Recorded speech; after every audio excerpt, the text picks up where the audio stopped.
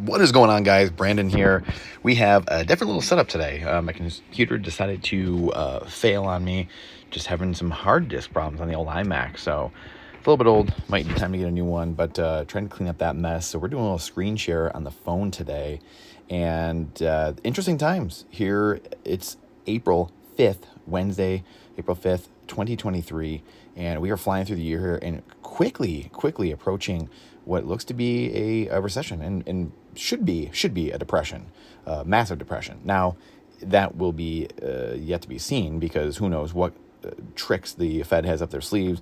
I mean, everyone everywhere always, pontificating, well, the Fed's out of bullets and there's nothing left for them to do. And the Fed's always saying, yeah, there's a lot we can do. And then, sure enough, there are all kinds of tricks and different special purpose vehicles and different centers that are opening up, like this BTFP for bailing out these banks. And we're just in clown world. We're absolute clown world. We have Trump being indicted. We have Ukraine going on. We've got just unlimited amounts of things to look at.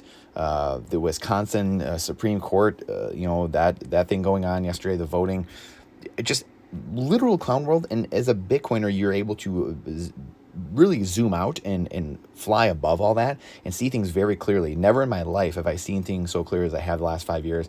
I thought I saw things very clearly, but when you're stuck in red versus blue, when you're stuck in this political nature of things and he said, she said, it's very hard for you to see what's actually going on. And only when you zoom out, when you realize the uniparty that's going on, that I realized 12 years ago, when you realize that it's the state versus you, not red versus blue. It's not he said, she said. It's not man versus woman, black versus white. It's the state versus you. It's collectivism versus individualism. That is the game being played. Only then, when you remove yourself from that system and operate in a new system that is in your favor, an equal playing field, Bitcoin, only 21 million, and you operate in that world of deflation and things getting cheaper over time instead of getting more expensive over time, you can see everything very clearly. So the ISM report came out way under expectations. 3 months of the worst that's come out in 3 months, and the jobs report, I'm trying to think now what it was. Yeah, the jobs. Just the numbers coming out in general are way worse than expected, and which is again, these economists, these people constantly. That's their whole job, and yet they're constantly getting it wrong. Just like the Fed, constantly it's transitory. Inflation is not coming, and it's peaking, and they constantly are getting it wrong because they're constantly looking at lagging indicators. So we have the United States 10-year at 3.3, again, really softening. And when you have these bad economic numbers coming in on top of the banks failing, this really has put the odds that the Fed is going to pause or at some point here in the long end of the yield curve, suggesting that there's going to be rate cuts in the coming months, the next 6 to 12 months. You really start to see this easing of what's going on. This really plays into exactly what we've been looking at with the United States 10-year, the yield going down and being bought up over the last 6 months. You're seeing that the same thing with Bitcoin. The liquidity indicators, gold and silver, up massively over the last 6 months. So you're seeing liquidity being pumped in the system. You're seeing these risk assets taking off, and you're seeing the trifecta, oil pumping.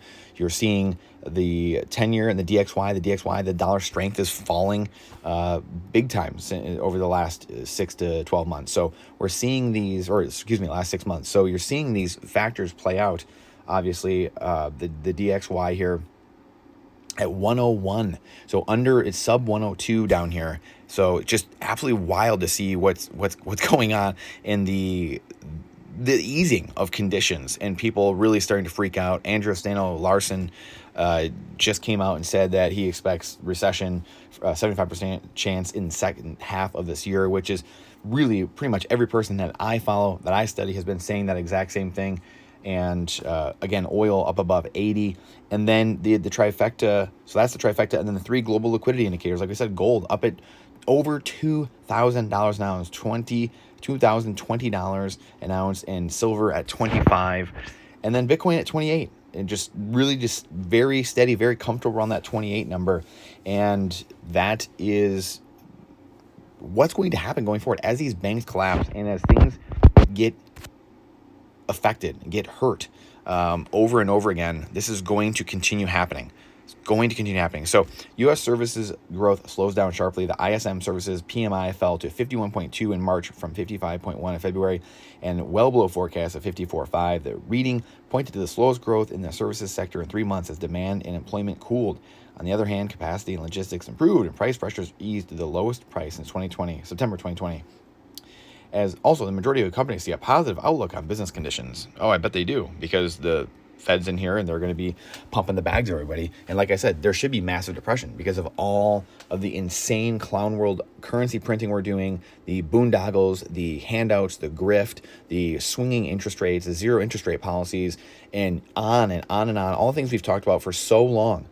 This should be leading to massive problems going forward. You see the BRICS countries really starting to take hold. The death of the dollar has been going on for decades. Mike Maloney, again, we mentioned this yesterday. Mike Maloney did a presentation on this every year. 15 years ago he started, and he stopped like 5 years ago because there were so many that he couldn't even keep up with it. He could not even keep up with it. And now, just now, 5-6 years later, people are starting to realize, oh my goodness, I think there's some problems here with the dollar, and people are leaving it. Well, that's what happens. You weaponize it, and you take out nuclear superpower, and you freeze people out, and you freeze the president out, and you freeze out celebrities. You know, Kanye West, banks are freezing people out of the system. The government's freezing people, the nuclear superpowers out of the system, SWIFT, Iran. So we're going to have massive problems. When you French fry, when you're supposed to pizza, you're going to have a bad time. And we're going to have a bad time here. Americans over time here in the coming years are going to have a lot higher cost of living and a lot lower standard of living because we've exported all of our inflation over the last 50 years. And that's going to come home to roost. These people do not want to be told what to do across the world. They are sick of being told what to do by the Americans and the dollar being weaponized against them.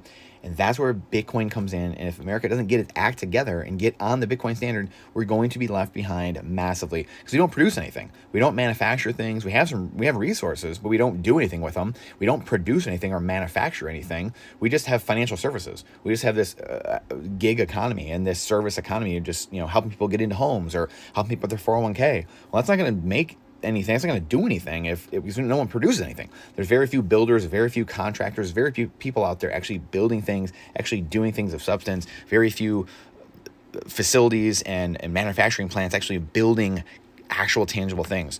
So we have a big slog ahead, that's for sure. So that's why we always talk about here questioning everything with boldness and getting independent, getting resilient. Bitcoin, gold, silver, guns, ammo, water, food, real estate, and building community. So I appreciate the patience today with this. Hopefully I can get the computer situation figured out. It's really croaking here. So I appreciate you. Thank you for coming to my TED Talk. Please share this out because the algorithm hates truth, absolutely hates it. Question everything with boldness, even the existence of God himself. And this is freedom advice, not financial advice. And I look forward to seeing you on the next one.